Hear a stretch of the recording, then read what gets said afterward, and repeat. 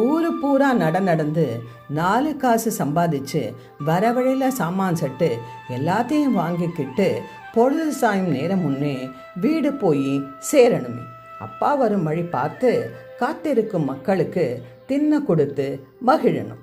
சோறு ஆக்கும் மகேராவை என்னவளுக்கு கொடுக்கணும், மனமகிழ்ந்து அவளும் தான் வகை வகையா சோறு ஆக்கி எல்லோருக்கும் அளிக்கணும்.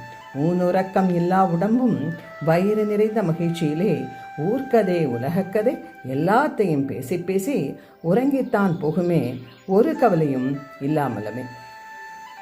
ஒரு தகப்பன் எவ்வளோ கஷ்டப்பட்டாலும் அதை உழைச்சி சம்பாதிச்சு கொண்டு வந்த பணத்தை வச்சு குழந்தைகளையும் மனைவியும் மற்ற உறவினர்களையும் சந்தோஷப்படுத்தும் போது அவன் மனசு ரொம்ப நிறைவாயிடுறது இல்லையா?